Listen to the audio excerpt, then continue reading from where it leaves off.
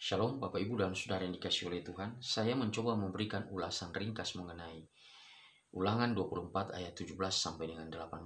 Nah, saya tidak bacakan itu, tapi saya berharap bahwa Bapak Ibu sekalian sebelum mendengarkan video ini tolong untuk membaca bagian itu. Nah, sebelum kita merenungkan ayat yang dimaksud, maka kita perlu mengetahui dulu apa inti antara relasi Allah dengan orang Israel. Yang paling menonjol, yang paling tampak itu adalah cinta yang besar dari Tuhan kepada bangsa Israel ini.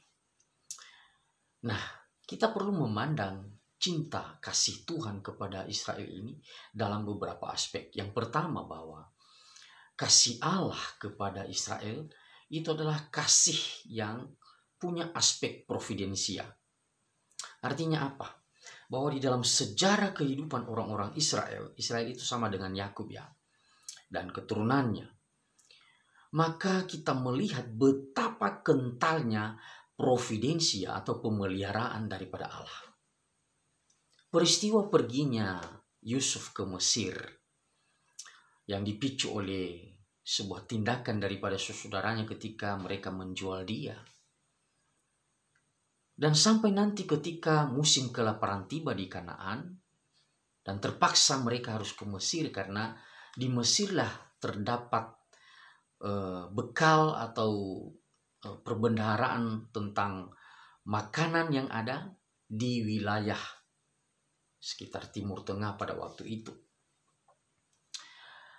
Dan apa yang dirasakan oleh Yusuf ketika saudara-saudaranya datang dan berjumpa dengan dia. Memang awalnya dia merasakan bahwa apa yang telah diperbuat oleh saudaranya itu adalah tindakan yang pahit rasanya. Tetapi setelah dia bertemu dengan saudaranya di musim kelaparan itu, dia melihat dengan kacamata imannya bahwa semua apa yang terjadi itu ada di dalam bingkai providensia atau pemeliharaan daripada Allah. Itu poin yang pertama. Yang kedua, bahwa kita melihat cinta kasih Allah kepada Israel itu di dalam sisi cinta kasih yang elektif. Elektif ini artinya memilih. Bukankah bangsa Israel ini adalah bangsa yang biasa? Bukankah ada bangsa yang lebih besar? Bukankah ada bangsa yang lebih kuat? Bukankah ada bangsa yang lebih baik? Tetapi Allah ternyata memilih Israel. Atau kalau nama aslinya Israel itu ya Yakub ya. Dan kita melihat bagaimana Allah begitu berdaulat di dalam pemilihannya ini.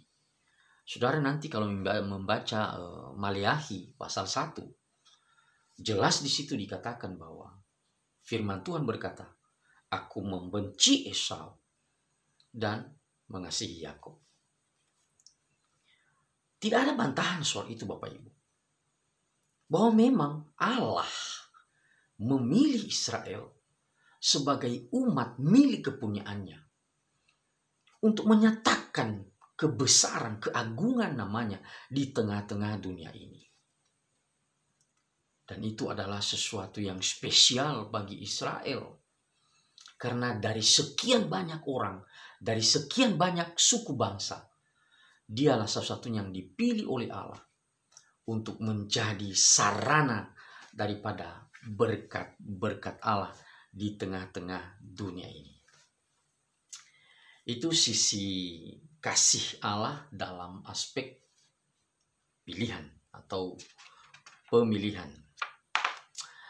Selanjutnya, kita melihat bahwa kasih Allah kepada Israel itu juga ada di dalam aspek covenantal. Covenantal ini artinya ada perjanjian. Perjanjian di dalam arti bahwa Allah menginginkan syaratnya Jadi perlu kita pahami ya bahwa urutannya itu harus jelas bahwa sebelumnya tadi bahwa Allah itu dalam mengasihi orang Israel ada aspek-aspek providensianya. Kemudian yang kedua, di dalam Allah mengasihi Israel begitu menonjol aspek daripada pemilihan, ya.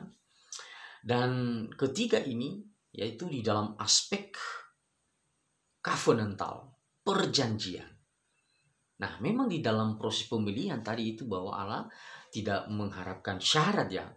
Tidak ada syarat apapun yang Israel berikan kepada Allah sampai Allah tergerak untuk menyatakan bahwa Israel adalah umatnya. Tetapi orang Israel setelah dipilih oleh Allah, tentunya ada hal-hal tertentu yang menjadi tanggung jawab daripada mereka sebagai umat Allah. Nah, itulah yang saya sebut tadi bahwa relasi cinta kasih antara Allah dengan Israel itu memiliki nilai-nilai atau aspek tentang perjanjian. Apa itu perjanjian? Ya, Allah memilih, Allah beranugerah kepada mereka, maka tanggung jawab mereka juga harus hidup di dalam ketaatan penuh kepada Allah. Nah, bagian kebenaran firman Tuhan yang kita baca ini ada di dalam bingkai ini. Aspek tentang perjanjian ini. Apa maksudnya? Bahwa setelah Allah memilih Israel, Israel harus mampu menunjukkan ketaatannya kepada Allah. Nah, di dalam bagian yang kita baca, ketaatan yang dimaksud adalah bagaimana orang-orang Israel harus mampu menunjukkan bahwa mereka mengasihi sesama mereka. Dan terutama di dalam bagian ini adalah orang-orang yang marginal. Orang-orang marginal itu yaitu orang-orang yang terpinggirkan. Orang-orang yang tidak dianggap, ya, seperti itu tadi disinggung di situ ada janda, ada anak yatim, ada orang asing, ya. Maksudnya orang-orang yang tidak terlalu dipedulikan. Jadi Allah menuntut kepada Israel untuk mereka bisa memperhatikan orang lain, terutama mereka yang ada di dalam kesulitan-kesulitan kehidupan. Nah, dia tadi memberikan gambaran di situ tentang orang-orang yang seperti apa itu ya, orang asing. Orang asing ini maksudnya ya dia tidak punya tanah di situ, dia tidak punya harta di situ, dia hanya perantau ya. Kalau di dalam bahasanya itu namanya sikoli ya, sikoli. Sikoli itu tak punya apa-apa, nggak punya bekal apa-apa ya. Maka orang-orang yang seperti ini yang perlu dikasihi, yang perlu menjadi objek daripada cinta kasih orang Israel. Apakah itu dari saudara-saudaranya sendiri ataupun orang asing, ya tidak peduli. Jadi sebenarnya Israel ini dipanggil ya bukan hanya menikmati cinta kasih Allah, tapi juga menjadi sarana bagi cinta kasih Allah. Artinya mereka menjadi saluran berkatnya Allah, ya. Mereka menerima anugerah Tuhan, mereka menerima berkat Allah, dan berkat yang mereka terima itu harus mereka tularkan kepada orang lain. Dan itulah panggilan mereka di dalam bagian ini. Perjanjian dengan Allah itu. Allah telah mengasihi mereka. Dan mereka harus bisa menunjukkan bukti bahwa mereka adalah orang-orang yang telah menerima cinta kasih Allah. Dengan menunjukkan cinta kasih kepada sesama. Dan terutama mereka yang marginal atau orang-orang yang terpinggirkan. Orang-orang yang tidak terlalu penting. Orang-orang yang tidak terlalu dianggap. Nah, Allah di dalam menyatakan kebenaran firman Tuhan ini ada beberapa hal yang disinggungnya bahwa Israel itu dulu adalah budak. Dan ini jangan mereka lupakan. Kalau kita membaca kebenaran firman Allah ini secara utuh, ya saya belum hitung ya, terlalu banyak dan terlalu sering Allah terus mengingatkan mereka orang-orang Israel ini supaya mereka mengingat bahwa dulu pun mereka ini adalah budak di tanah Mesir. Itu poin yang harus mereka ingat. Kalau seseorang menyadari dirinya dulu adalah budak, budak itu adalah orang yang tidak punya hak, orang yang tidak punya apa-apa, yang kebebasannya itu dimiliki oleh tuannya. Ya. Dan sekarang sudah diberi kebebasan, sudah dimerdekakan oleh Allah. Nah, itu adalah sebuah situasi yang luar biasa yang harus diingat oleh orang-orang Israel. Itulah kenyataan kehidupan orang Israel, bahwa Allah mengasihi mereka. Tuhan Allah mengangkat mereka dari sistem atau dari situasi diperbudak dan dijadikan orang merdeka ketika mereka nanti masuk di tanah Kanaan. Ya. Dan kita melihat di dalam bagian ini lagi, selain daripada orang Israel terus diingatkan tentang kondisi mereka sebagai budak, yang kedua juga bahwa Allah menghendaki orang-orang Israel ini mengerti bahwa mereka itu ditebus oleh Tuhan. Ya, ditebus ini maksudnya ya ada harga yang harus dibayarkan. Kalau sesuatu yang telah kita gadaikan, ya, sesuatu barang kita gadaikan, maka kalau jatuh tempo kita harus tebus. Ditebus dengan apa? Ya, ditebus dengan uang. Ya. Dan orang Israel ini juga digambarkan sebagai orang yang ditebus. Ditebus artinya apa? Ya, dikeluarkan dari perbudakan. Dari perbudakan di Mesir, Tuhan Allah harus membayar sesuatu. Apa itu sesuatu? Ya, Tuhan harus memberikan ganjaran kepada Firaun dan orang-orang Mesir, ya, dengan tulah-tulah itu. Ya, jadi ada hal yang harus dikerjakan, ada hal yang harus dibayar untuk menebus mereka keluar dari tanah Mesir. Dan kalau Tuhan tidak melakukan itu, orang Israel tidak akan pernah keluar dari Mesir. Mereka akan terus diperbudak dan mereka akan terus menikmati kehidupan yang ya sebenarnya dari kacamata Tuhan melarat, ya. Tapi nanti orang-orang Israel ini ketika mereka sampai di padang gurun, ketika mereka kesulitan di beberapa saat saja di padang gurun, ketika tidak ada air dan makanan yang lezat, maka mereka ingin kembali ke tanah Mesir. Dan itu sebuah kedukaan bagi hati Tuhan. Nah, jadi sebenarnya orang-orang Israel itu terus diingatkan bahwa engkau adalah budak di Mesir, orang yang tidak punya hak, sekarang diberi hak. Orang yang dikekang sekarang dimerdekakan. Kemudian yang kedua, mereka harus sadar bahwa mereka itu ditebus. Ada sesuatu yang dibayar, ada sesuatu yang dikorbankan oleh Allah bagi keselamatan atau kemerdekaan mereka. Nah, kita menarik benang merahnya bahwa penebusan Tuhan itu bagi Israel itu nanti kan utuh, sempurna, penuh ketika Yesus Kristus mati di atas kayu salib untuk menebus baik itu orang Israel yang percaya kepadanya maupun orang lain juga di bangsa-bangsa lain yang mempercayai atau percaya dan menggantungkan hidup pada apa yang telah dilakukan oleh Kristus. Ya. Jadi saudara, dalam bagian ini kita melihat bahwa ada 3 aspek yang saya singgung tadi.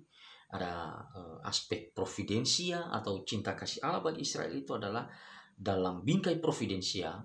Lalu ada cinta kasih Allah kepada Israel itu adalah sebuah bentuk penunjukan otoritas dan kedaulatannya, bahwa dia memilih Israel, dan pemilihan terhadap Israel itu tanpa syarat, tidak ada syarat apa-apa, bukan karena mereka lebih baik, bukan karena mereka lebih banyak, bukan karena mereka lebih dipercaya, ya. Jadi itu tanpa syarat, ya, tanpa syarat. Dan yang ketiga adalah bahwa dalam relasi cinta kasih Allah kepada Israel itu begitu menonjol juga tentang covenant atau perjanjian antara Tuhan dengan Israel.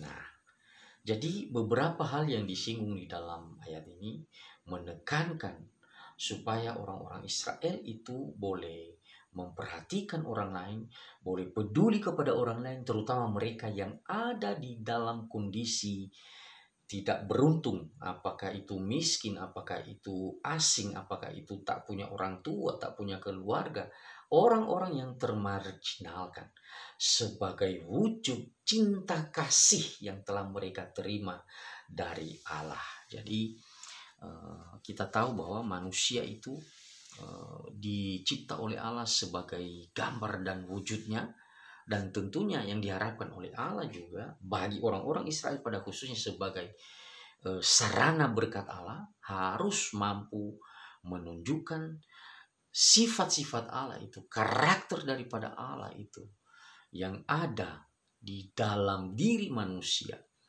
sebagai gambar dan rupa Allah, harus mampu memantulkan, harus mampu memancarkan cahaya kemuliaan Allah itu melalui karakter, melalui sifat, melalui apa yang bisa dilakukan, apa yang bisa dikerjakan untuk menolong sesama. Jadi jangan memperkosa hak-hak orang-orang miskin, orang-orang yang tidak berdaya, tapi justru orang Israel dipanggil hadir untuk menjadi berkat.